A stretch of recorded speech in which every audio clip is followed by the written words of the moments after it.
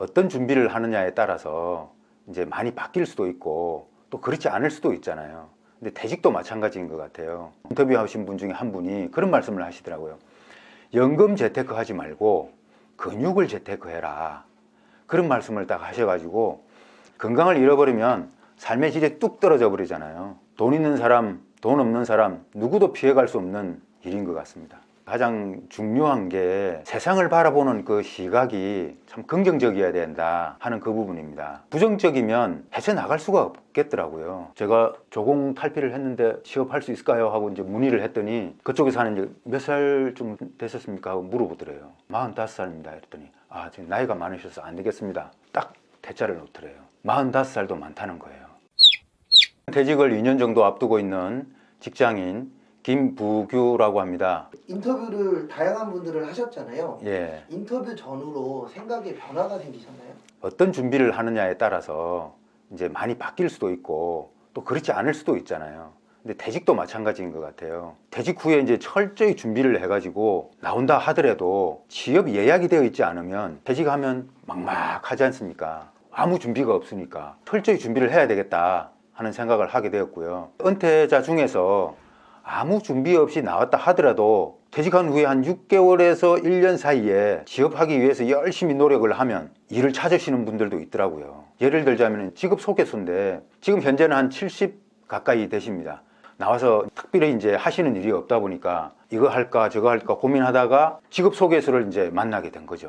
그 당시에 하고 계시는 분한테 이제 찾아가가지고 한 달 정도 허드렛 일 다 해가면서 일을 배웠습니다. 그분을 멘토로 해가지고 가까이에서 일을 시작했죠. 지금은 이제 정상적으로 안착을 하셔가지고 한 7, 8년 이상 지금 잘 하고 계십니다. 운동도 하시고 여행도 다니시고 하시면서 아주 잘하고 계시더라고요. 그런 분처럼 너무 서두르지 말고 조급하게 생각하지 말고 준비를 했으면 좋겠다는 말씀을 드리고요. 그 다음에 이제 건강 문제인데 건강 문제에 대해서는 참 많은 분들이 은퇴하신 분들 중에 제일로 꼽는 그런 문제거든요. 인터뷰하신 분 중에 한 분이 그런 말씀을 하시더라고요. 연금 재테크 하지 말고 근육을 재테크해라. 그런 말씀을 딱 하셔가지고 2019년도였는데 그 말을 들었을 때는 크게 와닿지가 않더라고요. 제가 아파 본 적이 별로 없어가지고 와닿지가 않아가지고 그때는 뭐 별 생각 안 했었는데 뭐 나는 괜찮겠지. 50대 중반 초반 때였으니까 올 8, 9월 달에 아내하고 제가 다치고 건강 문제가 생겼어요. 그래가지고 시술까지 받았습니다. 시술까지 받고 나니까 아차 정신이 번쩍 들더라고요. 연금 설계를 아무리 잘해도 부족함 없이 했다 하더라도 갑자기 큰 병이 생기면 생계에 큰 문제가 생길 수 있겠구나. 그걸 깨달았습니다. 지금은 건강관리에 적극적으로 나서면서 저녁마다 운동을 하고 있습니다. 건강을 잃어버리면 삶의 질이 뚝 떨어져 버리잖아요. 돈 있는 사람, 돈 없는 사람 누구도 피해갈 수 없는 일인 것 같습니다. 다양하신 분들을 인터뷰 하셨잖아요. 그분들의 공통점이 있을까요? 가장 중요한 게 세상을 바라보는 그 시각이 참 긍정적이어야 된다 하는 그 부분입니다. 부정적이면 헤쳐나갈 수가 없겠더라고요. 긍정적인 마인드를 가져야지만이 자기가 이제 세상을 맞닥뜨릴 때 헤쳐나갈 수 있는 길이 생길 것 같아요. 그 다음에 두 번째는 뭐든 시도해보는 그런 실행력이 있는 분들이었습니다. 생각에만 그치지 않았습니다. 반드시 시도를 하시더라고요. 실행하지 않으면 아무 일도 안 되지 않습니까? 그 다음에 세 번째는 성공적인 취업은 뭐니 해도 인맥이더라고요. 인맥이 없으면 창업밖에 생각을 할 수가 없겠더라고요.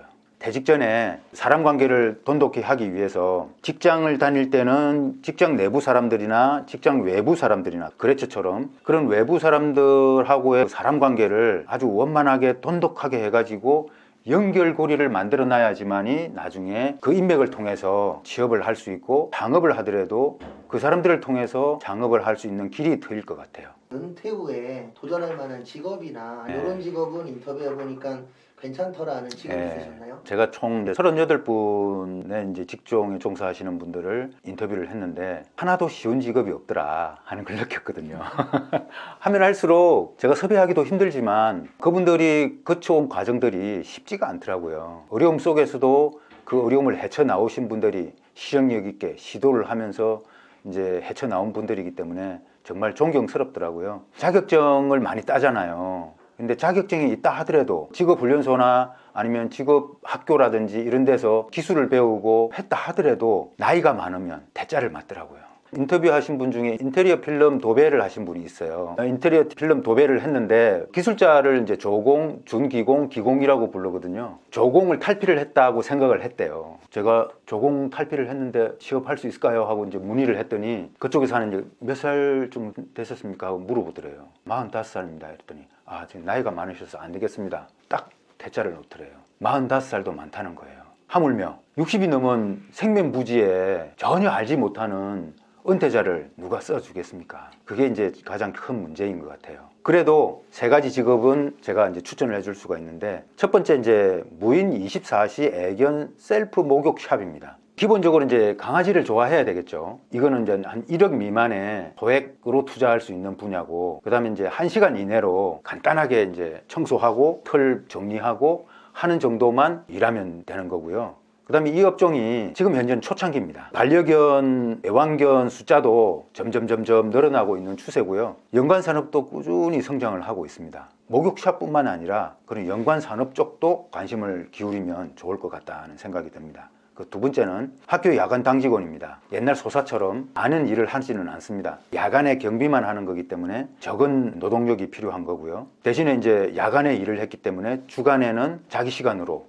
활용할 수 있는 게 많고요. 이분을 인터뷰를 했더니 낮에는 이제 운동도 하고 자기가 배우고 싶은 스포츠도 하고 공부도 하고 있더라고요. 지금 현재 제가 데이터를 뽑아 보니까 서울 정도 되니까 한 210만 원 정도 봉급을 받고 있더라고요. 앞으로는 이제 더 좋아질 것 같습니다. 왜냐하면 야간에 근무하는 거를 휴게 시간이라고 해가지고 일한 시간으로 인정을 안 해줘요. 시의원, 도의원들이 자꾸 이의 제기를 하고 있고 문제점으로 지적을 하고 있기 때문에 앞으로는 더 좋아질 가능성이 높다 하는 말씀을 드리고, 그다음 세 번째는 1톤 개인 화물차입니다. 아시다시피 이제 개인 면허를 번호판 하나를 본인이 따가지고 자기 차를 운영을 하는 거기 때문에 자유롭습니다. 일을 해도 되고 비 오면 안 해도 되고 하는 그런 자유로운 이제 직종이고, 하는 만큼 수입이 보장이 됩니다. 이제 요즘에는 이제 옛날처럼 뭐 전화로 이렇게 하고 그러는 게 아니고 그에다가 인터넷으로 스마트폰으로 다 하더라고요. 우리가 카카오 택시 이제 탁 찍듯이 똑같이 그렇게 합니다. 많이 하고 싶다고 그러면 많이 찍으면 되고, 그렇게 힘들지 않은 정도로만 일하고 싶다고 그러면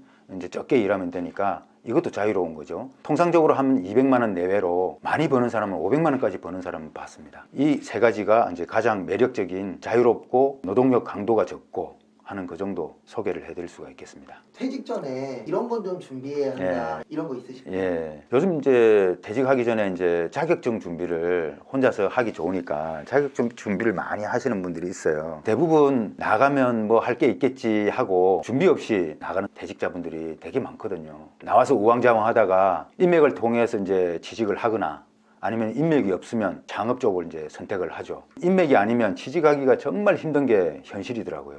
인맥이 아니면 어떻게 내가 이제 취업을 잘할 수 있을까? 제가 한 방법인데, 저는 뭐 인맥 관련 없이 제가 이 길을 찾았잖아요. 나를 찾는 작업을 해야 된다. 내가 무엇을 좋아하는지, 내가 하고 싶은 게 뭔지 이걸 먼저 찾아야 되거든요. 근데 그걸 찾으려는 노력이 없는 분들이 많아요. 먼저 나를 찾아라. 나를 찾기 위해서는 어떻게 해야 될까요? 가장 쉬운 방법이 도서관에 가서 책을 읽는 겁니다. 저도 그렇게 했거든요.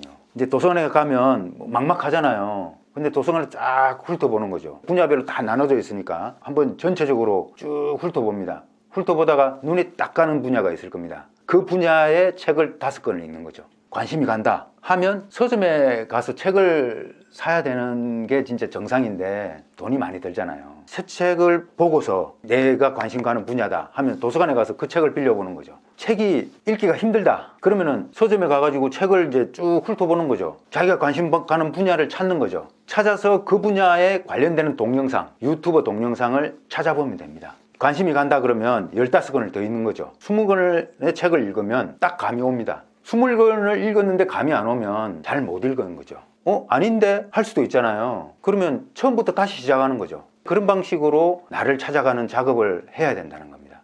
저도 그랬거든요. 뭘 좋아하는지 뭘 하고 싶은지 몰라서 책을 찾아본 겁니다. 은퇴 관련 분야 책을 찾아보면 되거든요. 저도 은퇴 관련 책을 여러 권을 읽었습니다. 몇 권 정도를 읽었는지는 기억이 안 나는데 여러 책을 읽다 보니까 2010년도부터 독서를 시작해가지고 2년이 지나니까 영감이 번쩍 떠오르더라고요. 시간 날 때마다 도서관이나 토요일, 일요일 같은 경우에는 영풍문고 가서 자리 잡고 앉아가지고 아침부터 한 10시쯤 가가지고 도시락은 싸가기 힘드니까 그 인근에서 점심 뭐 간단하게 먹고 다시 올라와가지고 또 책 보다가 한 5, 6시쯤 돼가지고 토요일, 일요일 날 집에 또 가는 방식으로 해가지고 책 한두 권을 읽거든요. 글쓰기 공부, 그다음에 인터뷰 공부, 이걸 해야 되겠다. 독학으로 했습니다. 혼자서. 돈이 안 들어야 되니까. 2019년 가을부터 인터뷰를 하기 시작했는데 글로 정리를 해가지고 네이버 블로그에다가 이제 글을 올리기 시작했습니다. 근데 이게 이제 쌓이고 쌓이다 보니까 20명이 되니까 책으로 발간해야 되겠다 싶어서 한 80군데를 메일을 주야장창 보냈습니다. 보내고 샘플 내용을 보내고 출판 기획서 이렇게 보내고 어떻게 하겠다 보냈더니 몇 군데에서 연락이 왔습니다. 그래서 최종적으로 이제 출판 계약을 하고 책으로 펴내고 오마이뉴스를 여기는 시민이면 누구나가 다 이제 글을 올릴 수가 있거든요. 콘텐츠만 좋으면 내용만 좋으면 실어주니까 했더니 바로 연락이 왔어요. 이게 되겠다 싶은가 보더라고요. 귀농 하신 분 지금 이제 귀농 5년 차인데 귀농하신 분을 딱 해가지고 올렸더니 바로 해주더라고요. 그게 뚫려가지고 이제 계속 이제 오마이뉴스에 이제 연재를 하게 됐습니다.